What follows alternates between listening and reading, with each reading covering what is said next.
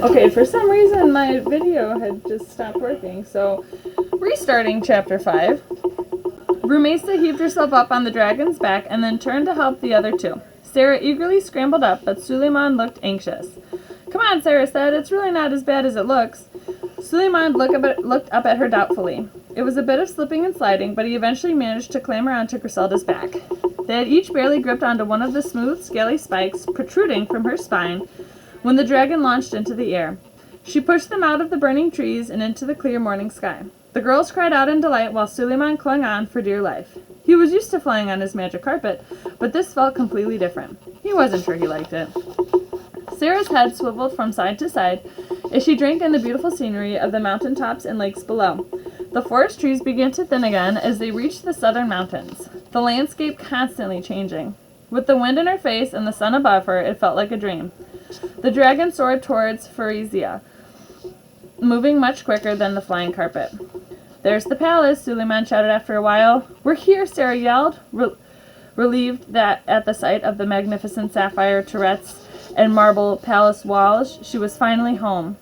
Griselda banked and began to swoop downward. The three of them screamed as she soared towards the ground, faster and faster. Just as it seemed they were about to crash, the dragon spread her wings wide to slow the descent. She snorted hauntingly at the children. Griselda landed in the courtyard with a light thud and lowered herself so they could climb off her back. Suleiman stumbled dazedly away, but Rumaysa alighted gracefully and turned back to the magnificent dragon. Thank you, she said. Griselda gave a low growl of understanding. Come on, Sarah urged. We gotta go save my parents. The princess tore off towards the palace. But before she even reached the steps, there was a shout from a balcony. Griselda, what are you doing here? It was Azra. Griselda slowly turned her head and glared up at the man. Azra recoiled. A short burst of flame came out from her nostrils. His eyes fell upon the three children standing beside her. What is all this? He demanded in dragon tongue. Is that the princess? Why did you bring her back? Griselda stood up on her hind legs and let out a huge roar, causing Azra to stumble back in surprise. The dragon never disobeyed him before. Azra backed away slowly as his dragon glowered at him, her menacing red eyes wide with contempt. What have you done to my dragon? He demanded, looking at Sarah. Where are my parents? Sarah shouted back.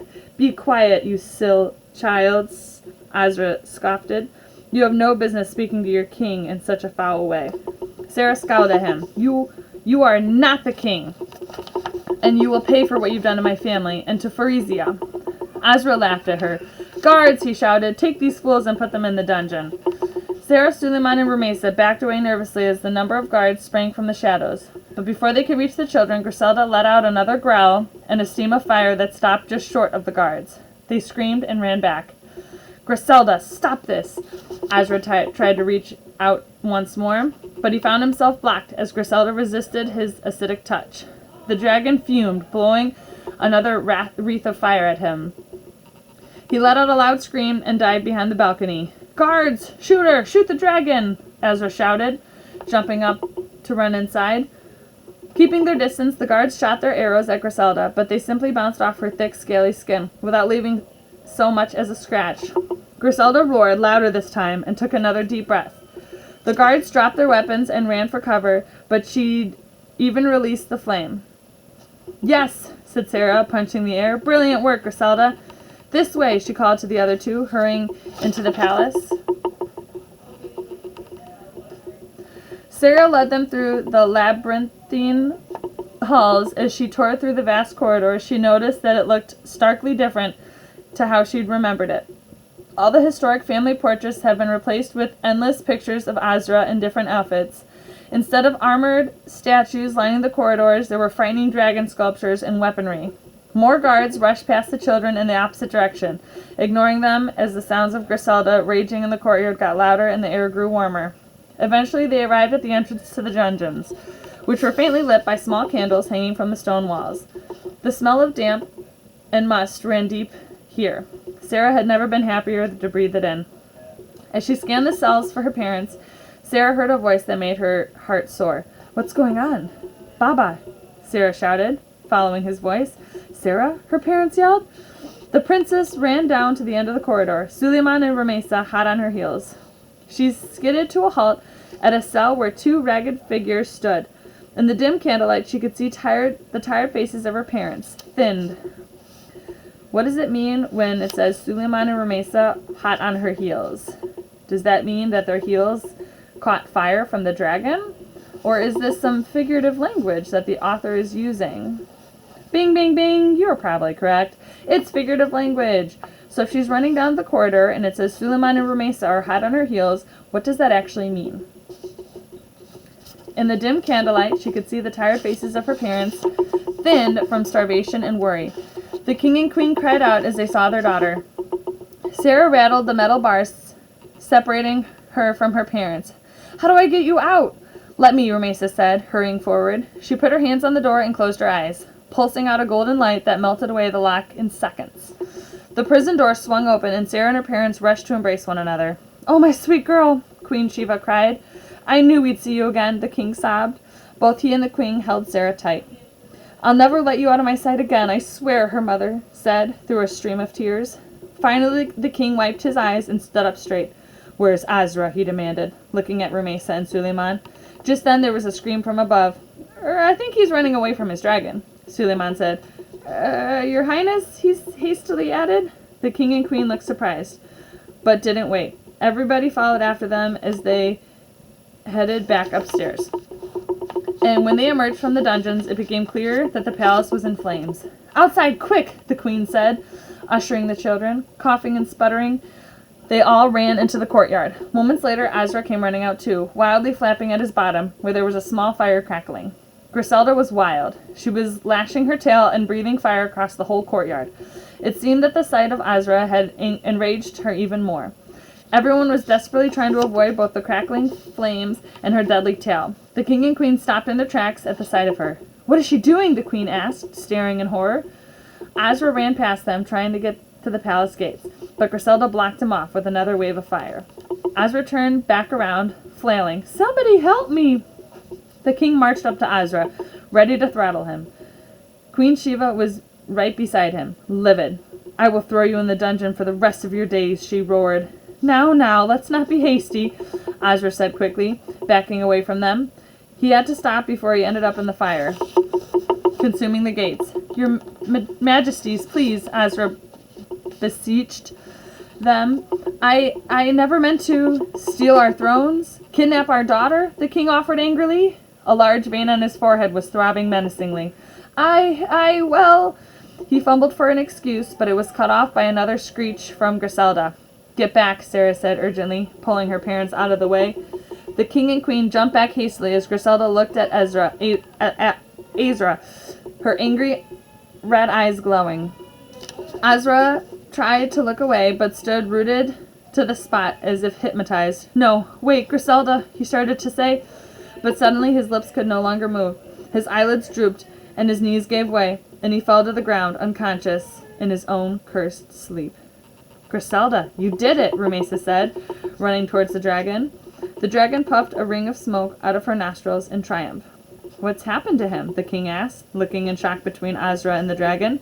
She put him to sleep, Sarah said with some familiarity. She gave the dragon a wry smile as Griselda lowered her body, drooping her head so Rumaysa could pat her. Well done, girl, Rumaysa said, stroking her warm scales. Griselda huffed and stood. She held her head back and let out a powerful roar, causing everybody to cover their ears as her cry echoed through the kingdom. The dragon stalked towards Azra's sleeping body and picked him up with her great talons. She let out another strong cry as she launched into the air, nearly causing Rumaysa's hijab to fly off from the force of the wind. Sarah joined her parents near the charred palace gates. Rumaysa and Suleiman just behind her. The queen pulled her daughter into another hug and cried softly into Sarah's curly hair, exhausted. You'll sleep in our room from now on. I don't care. And I'm going to have you trained to fight in battle, the king said fervently, hugging them both. Sarah felt overwhelmed with joy to be reunited with her parents. She embraced them happily, feeling safe and warm in their arms, despite the chaos that continued to unfold around them. Flames leaped up and around the palace, casting an orange glow across their faces. But Mama, Baba, I had such an adventure outside, Sarah said excitedly. There's so much more out there to see. Absolutely not, Queen Shiva protested, pulling back. You are not leaving this palace ever again. Isn't the palace kind of ruined? Suleiman whispered to Rumaysa. She nodded as she looked back at the half-destroyed flaming building. Mother, you can't keep me locked up, and clearly the palace isn't indestructible either, Sarah said, motioning towards it with her hand. Think of all these people out there. They are our people, and they don't even know us. We don't know them. Maybe if we had a better relationship with them, they wouldn't have tried to overthrow us. The king seemed to consider his daughter's words for a moment. Sarah braced herself for his anger. You're right, Sarah. Sarah froze in surprise. I am? Queen Shiva's face softened a little. It's a cruel world out there, Sarah. We're just trying to protect you. I know, Mother, Sarah said, but not everyone is so cruel. There's good and bad. She smiled at Suleiman. He beamed back. While the royal family had been talking, the people of Frisia had rushed towards the palace. They had heard all the noise, of course, and soon everybody was dashing forward to help quell the flames. The king and queen joined their people in passing buckets and throwing water, and as the fire died down, the crowd began to gather around them. For the first time in years, the people of Frisia saw their ruler standing among them. They could not believe their eyes. What happened to Azra? Came a shout from the crowd. Everybody shared a look. The dragon dealt with him, Queen Shiva announced with a satisfied smile. The crowd cheered in response. The king and queen smiled at their subjects as they pressed around as close as they could, desperate to get a good look at the royal family. They could see how worn and starved their king and queen looked, and were fascinated to see the Princess Sarah for the first time. She was almost the spitting image of her mother, although she had the king's nose. Why did you abandon us? Somebody else called. A silence fell across the crowd. The king and queen looked at each other uncomfortably. Everyone stared at them, waiting. We just wanted to protect our daughter, the queen eventually said. We thought the best thing was to keep her safe inside the palace, but Azra managed to take her regardless. Will you leave us again? Yet another call. The king looked at his people shamefacedly. My people, I am sorry, we have not just been rulers. We have not been just rulers. The way you all came together to help put out the palace fire was more than we deserved, I dare say. We will change our ways, the queen promised. How can we trust you? A voice demanded. The king and queen shared another uncomfortable look. I will make sure of it, Sarah said, speaking for the first time to her people. Her voice was bold and brave. Even her parents were taken aback. I know you all don't know me, but if I am to rule Frisia one day, I would like to get to know you all. The people of Frisia cheered. The king promised an assembly the next day in the village square so he could outline his new plans for a fairer and more just Frisia. As the crowd dispersed, Sarah was left to be engulfed by her parents once more. Perhaps you don't need all the extra training to become a queen, King Ahmad said, looking in wonder at his daughter. It seems you already have a very well acquainted with how good a ruler should behave. I know I haven't set the best example. Rumaysa looked at Sarah and smiled. Despite the fact that she hadn't yet found her own parents, she was starting to appreciate how good it felt to help other people. Suleiman, a tall woman wearing a purple hijab and cloak, came forward from the last of the dispersing crowd. A short man followed behind her, looking just as concerned. What's happened? You found the princess? She said excitedly. Father, mother, these are my friends, Rumaysa and Princess Sarah, he said, gesturing to the girls. Rumaysa found the princess and woke her up from her sleep. She did? His father said, looking crestfallen. Suleiman helped too, Rumaysa added. He's an adventurous explorer, your majesties, Suleiman's mother said quickly, putting an arm around her son. He's always running around looking for new places to discover. Suleiman shrugged his mother's arm off and turned to look at her. Mother, you were the one who wanted me to find the princess, he said. I like being indoors and making things. All I want to do right now is make another carpet. Suleiman's parents turned red. You like making things, do you, boy? Queen Shiva asked. Well, we shall see to it that you are sent to the finest school where you can learn to make whatever you desire. Suleiman's eyes nearly fell out of his head. Really? I would love that. Oh no, your majesty, that is too much, his father said, shocked. Really, he's an adventurous boy. There's no need for that. No, father, I want to go to school and learn, Suleiman said. But all those silly inventions won't do any good, his father said, flippantly. You need to learn to be a real man out there, making a name for yourself. I don't want to be a real man, whatever that is. I just want to be me, Suleiman said firmly. I'm not going on any more adventures or finding missing princesses or whatever else you think I should do. I am going to decide who I'm going to be.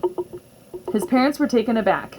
Sometimes it was all too easy for adults to decide what was right for their children. Though Suleiman's parents may have meant well, they didn't always know what was best for themselves, let alone their child. We will also ensure you receive 10,000 gold coins for helping find our daughter, the queen added. If you need a place to work, young man, you are most welcome at our home. Thank you so much, Suleiman said gratefully. Come, Suleiman, we should get you home and cleaned up, his mother said. 1,000 thank yous, your majesties, she curtsied. Suleiman looked to Sarah and bowed. Princess, it was an honor.